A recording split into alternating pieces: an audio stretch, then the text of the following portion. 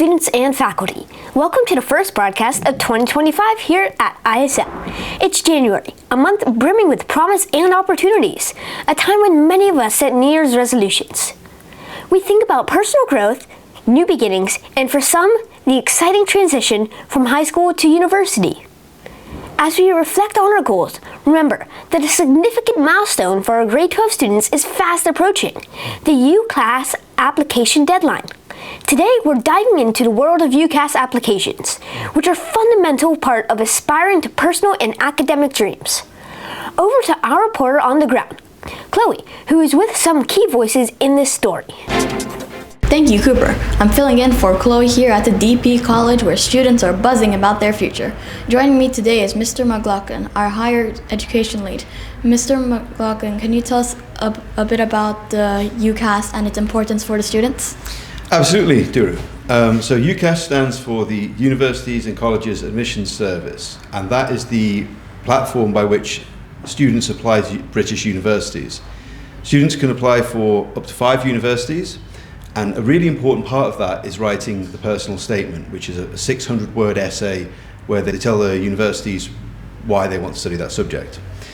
I'd also want to add that it's about 80% of ISL students that go to university in the UK. Our other big destinations are Japan and the US. And so far this year, we've already sent off applications to 6 different countries. I've interviewed some grade 12 students who have recently completed their personal statements. How did you find the process? It was definitely challenging in the beginning because I didn't have a specific course set in mind. But through the help of Mr. McLoughlin, I was able to complete my personal statement to the level that I could have completed it to. And this was because we exchanged many drafts and he gave me feedback on each one. So it was basically like a New Year's resolution, but academic. And what was your experience? Well, I found the university application process very intimidating, but once you actually start doing it and get it done with, it wasn't as difficult as I expected it to be. And it was actually quite rewarding to reflect upon all the experiences I've had and almost upsell myself to these universities, and even the research process to better understand where I want to go and what I want to do in the future was actually quite interesting and fun. Yeah, I would agree with Rafaela. I found the process really difficult at first, but I enjoyed reflecting on everything I've done inside of ISL and outside of ISL. I knew what course I want to do for like 2-3 years now, so most of this time has been working towards that course. And I found it really satisfying to be able to put that on paper. Well, I applied in the US, so the process is quite different. It's a lot more reflective writing and a lot more writing in general. But I was lucky enough to be accepted to my early application choice, so I had a much shorter process. I was finished in December, but I had a couple friends who also applied to the US, and they had many essays to write, which are quite different to the personal statement, because you're not just selling yourself, but you're discussing anecdotes from your life and how those have influenced you as a person and how they've made you a better student, and you're trying to sell yourself to be a fit for the university. But for me, I was lucky enough to, as I said, get into my early decision. So I applied for the September entry, but in Japan there's 2 types of application where we enter in April and September, and in the process I felt quite tough because I had to write my personal statement, but I also had to write 2 essays where I had to put a lot of effort in it. But I just finished my application right now, so I'm really happy about it. Well done to both of you. Thank you. It's fantastic to hear such positive reflections from our seniors, with many of them already receiving university offers. This indeed is much to look forward to, as they await responses from their chosen universities. We wish them all the best in this journey.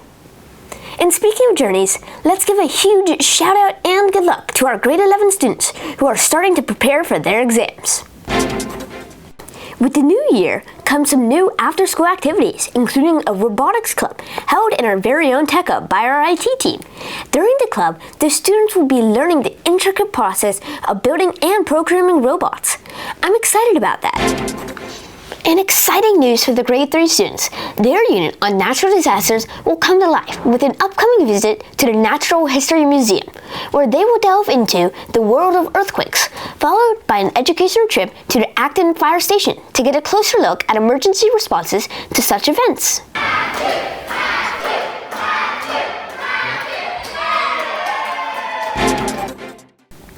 Meanwhile, Grade 1 will be hosting a math morning, inviting parents to join their kids in exploring the mathematics curriculum, engaging in investigations, and playing fun math games together.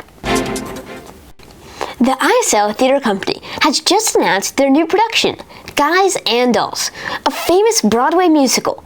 We interviewed the man, the myth, the legend, Mr. Benoit, to get more information with the help of our very own actor and reporter, Gabriel. We are here at the backstage of the ISL stage, where I'm going to interview the head of drama, Mr. Benoit, and the head of choreography and part head of drama, Miss Sonia. So, first question. What the heck is Guys and Dolls? Right, Guys and Dolls has been hailed the perfect comedy musical. It is very old, it's from the 50s, and yeah, it happens on Broadway. The other name for it is Angels on Broadway. It basically tells a story about two gamblers who then try to find a place for their game, hide from the authorities, and of course there's a bit of romance involved. So two couples.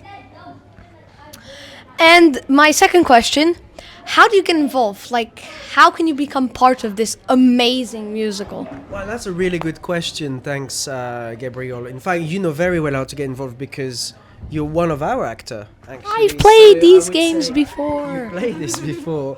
One of the obvious ways to get involved is to come to an audition. So we're holding audition this week on Wednesday and Thursday, and then we will see other people who couldn't come for audition next week as well. So there will be time to show an interest. You have to come to rehearsal. So there's a big commitment. So you can join the adventure on stage, but you can also show your interest in supporting the backstage. So you could become a person that will be involved with setting the scenes, carrying the props, maybe designing props. You can be or building the props. You can be involved in the technical crew, which means working on sound, helping actors to set up their mics, running the lights.